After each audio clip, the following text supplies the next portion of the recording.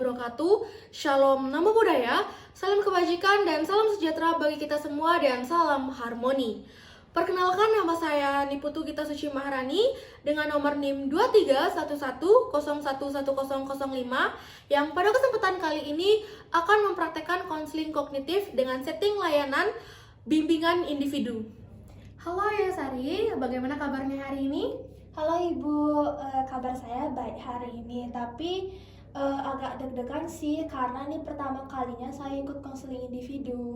Baik Ayusari, wajar kalau Ayusari itu deg-degan. Biasanya itu banyak kok juga teman-teman Ayusari yang lain itu awalnya merasa canggung. Tapi tenang aja, di sini tempatnya aman. Kita di sini bakal ngobrol santai, nggak ada yang menghakimi. Apapun yang Ayusari utarakan di sini akan terjaga kerahasiaannya. Dan di sini Ayusari bebas untuk berargumen, bercerita, apapun yang ingin Ayusari ceritakan itu bebas, karena di sini kita ada asas kerahasiaan dan keterbukaan. Terus juga tujuan kita di sini hanya satu, agar Ayusari merasa lebih baik dan berkembang menjadi pribadi yang lebih baik lagi, seperti itu. Jadi sebelum kita masuk ke sesi utamanya, Ibu mau ngobrol sedikit dulu tentang topik bullying. Apalagi kan sekarang ini topik bullying itu lagi tinggi-tingginya. Banyak kasus, apalagi itu kasus bunuh diri, itu tuh lagi viral-viralnya. Dan di sini Ibu ingin membahas terkait bullying atau perundungan yang lebih intens lagi, yaitu bullying verbal. Apakah Ayusari sebelumnya itu pernah mendengar atau mengetahui perundungan verbal atau bullying verbal itu apa sih?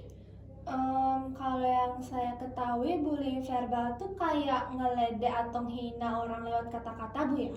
Betul banget Ayusari. Jadi bullying verbal itu adalah bentuk perundungan yang dilakukan lewat ucapan. Nah, misalnya ejekan, hinaan, julukan kasar, atau sindiran juga bisa disebut dengan bullying verbal. Nah, meskipun nggak ada kekerasan di sini dalam bullying verbal, tapi efeknya itu benar-benar akan terasa pada sang korban, karena itu bisa menjadikan luka batin bagi korban yang mengalami bullying verbal tersebut. Nah, di sini Ayusari pernah nggak dengar atau tahu kalau teman Ayusari itu dikatain gendut, hitam, bodoh, atau alay? Pernah sih Bu, bahkan saya juga mengalami sendiri. Ya ikut-ikutan juga, tapi kadang juga saya yang kena gitu Bu. Jadi kayak saling ngejek aja gitu. Baik Ayusari, itu dia itu biasanya hal yang mungkin familiar kita temukan di lingkungan sekolah. Apalagi itu kan lingkungan sekolah itu benar-benar kita bersosialisasi dengan banyak orang. Jadi kadang kalau kita itu mengungkapkan kata-kata dan dirasa itu candaan, itu kita sebagai seorang pelaku itu kadang ngerasa kalau itu tuh nggak apa-apa, kalau itu tuh cuma candaan, nggak bakal nyakitin orang yang kita ejek. Padahal itu tuh bisa menjadikan luka batin bagi orang yang kita ejek tersebut. Nah, kemudian juga kita juga kadang nggak sadar kalau candaan itu bisa sangat menyakitkan, bahkan bisa bikin orang tersebut malu atau bahkan nggak mau bersosialisasi dan bisa menarik diri dari lingkungan sekitar dan merasa nggak berharga. Seperti itu Ayusari. Iya sih Bu, jadi saya pernah tuh di suatu saat itu ada teman saya yang sering diajak terus, padahal dia tuh nggak pernah ngelawan Ibu, nggak pernah buat onar atau segala macam. Tapi lama-lama dia jadinya tuh jarang masuk dan jadi kayak menjauh dari teman-teman gitu Ibu. Baik Ayusari, itu merupakan salah satu dampak dari bullying verbal. Kadang kita nggak sadar seberapa kuat kata-kata bisa melukai hati kita. Bahkan ada penelitian yang bilang kalau trauma karena ucapan itu bisa bertahan lebih lama daripada luka fisik. Nah, kalau menurut Ayusari bagaimana tanggapan tentang hal tersebut? Kalau menurut saya tanggapannya itu emang sih kata-kata yang dikeluarkan dari orang itu sepele ya, tapi sepele dan cuma dalam omongan aja, tapi rasanya tuh kayak nyesek aja dan kena di hati aja kalau kita yang mengalami sendiri begitu Ibu.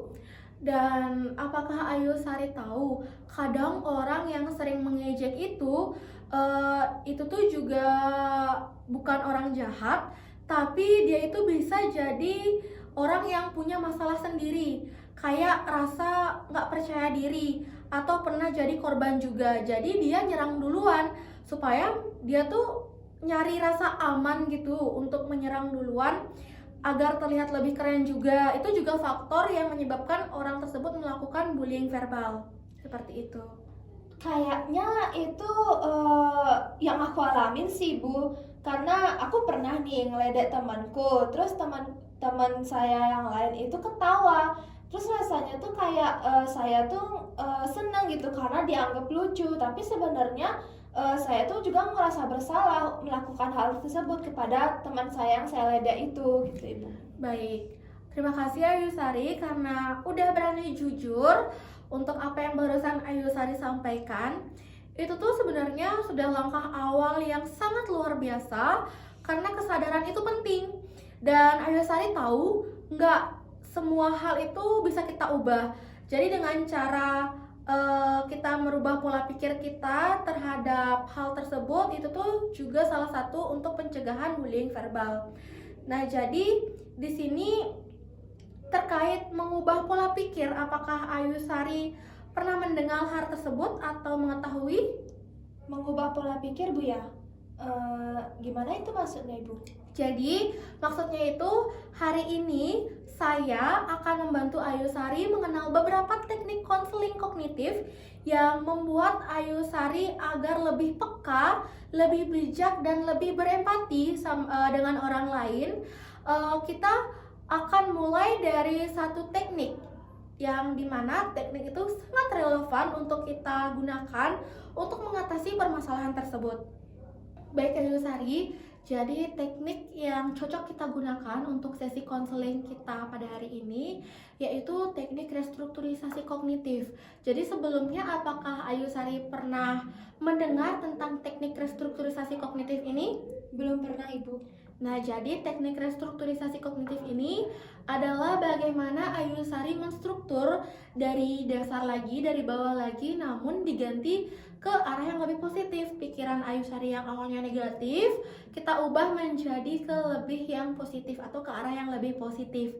Nah, jadi apakah Ayu Sari pernah memiliki pengalaman terkait kasus perundungan verbal dan bagaimana Ayu Sari menghadirkan teknik restrukturisasi kognitif ini untuk menstruktur lagi dari awal agar Ayu Sari tidak terus-terusan berpikir negatif terhadap hal tersebut, seperti itu. Oke, baik. Jadi saya sedikit berbagi cerita ya tentang pengalaman pribadi saya.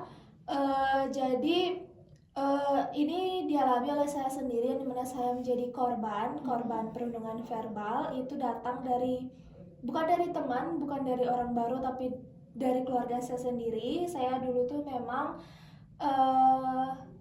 memiliki kulit yang gelap daripada sekarang. Terus dulu tuh saya masih masa-masa pubertas, tak wajar lah ada jerawat muncul banyak gitu. Terus saya dulu lebih berisi daripada sekarang. Nah, itu salah satu keluarga saya itu mungkin bisa dibilang mengejek saya, menghina saya dengan ih kamu tuh gendut, ih kamu tuh banyak jerawatnya, kok makin kesini makin gendut, makin hitam, banyak jerawat, udah pendek lagi gitu.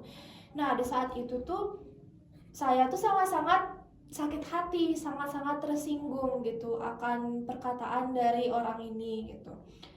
Saya mikir apa ya, kok yang malah keluarga saya sendiri yang bisa berkata seperti itu. Teman-teman saya itu sama sekali nggak pernah bilang kayak gitu ya, walaupun memang mereka mempunyai pikiran seperti itu ya. Bedanya itu tidak berbicara langsung kepada saya, tapi keluarga saya ini benar-benar secara buka-bukaan bisa dibilang untuk bukan cerita, lebih bilang kayak gitu ke saya gitu. Saya sakit hati, terus saya langsung berpikiran kayak kok aku dibeda-bedakan ya di antara saudara-saudaraku yang lain, kok aku cuman aku aja yang digituin gitu loh. Jadi Saya tuh selalu berpikiran setiap malam tuh selalu nangis, selalu berpikiran negatif tentang keluarga saya tersebut gitu. Tapi setelah ibu menjelaskan tentang teknik restrukturisasi kognitif tadi itu dan saya mencoba untuk menerapkan, saya lebih berpikiran kepada bahwa apapun yang dibilang oleh saudara saya tadi, oleh keluarga saya tadi, itu walaupun menyakitkan, mungkin itu demi kebaikan saya untuk merawat saya lebih baik lagi, untuk mempercantik diri lagi, karena ya seperti ibu tahu kodrat seorang perempuan itu sangat berat di lingkungan, jadi kita harus pandai-pandai merawat diri sehingga enak dilihat, indah dilihat oleh orang. Mungkin itu yang ingin sebenarnya disampaikan oleh keluarga saya, tapi caranya yang salah. Mungkin itu ibu. Baik, Ibu sangat senang mendengar Ayu Sari ternyata sudah terbuka sekali dengan Ibu dan mengungkapkan secara jujur dan terus terang apa yang sedang Ayu Sari rasakan. Namun Ibu ingin Ayu Sari ketahui, apapun omongan luar atau bahkan keluarga pun mengatakan yang mungkin membandingkan fisik Ayu Sari dengan yang lainnya itu, jangan sampai itu membuat Ayu Sari itu merasa rendah diri. Bahwa kan kita menjadi manusia itu memiliki keunikannya masing-masing. Itu bukan suatu kekurangan yang dimiliki, tapi itu merupakan suatu ciri khas dari Ayu Sari. Jangan sampai Ayu Sari merasa insecure, jangan sampai Ayu Sari itu merasa nggak pantas dilihat, nggak pantas diterima di lingkungan sekitar. Apa benefitnya lingkungan sekitar itu melihat Ayu Sari itu cantik? Kan tidak ada. Jadi Ayu Sari harus mencintai lebih dulu diri sendiri agar Ayu Sari tidak merasa insecure secara terus-menerus. Seperti itu Ayu Sari. Jadi apakah sesi konseling hari ini sudah cukup menurut Ayu Sari? Sudah sangat cukup ibu, karena saya sudah mengungkapkan apa yang saya rasakan selama ini dan ibu membantu untuk memotivasi diri saya untuk lebih mencintai diri saya sendiri. Baik Ayu Sari, Ibu juga berterima kasih karena Ayu Sari sudah mau bercerita kepada Ibu. Dan mungkin nanti kita akan melalui sesi konseling di hari-hari berikutnya. Kita hanya perlu menentukan jadwal. Dan terima kasih untuk hari ini Ayu Sari. Terima kasih juga ibu.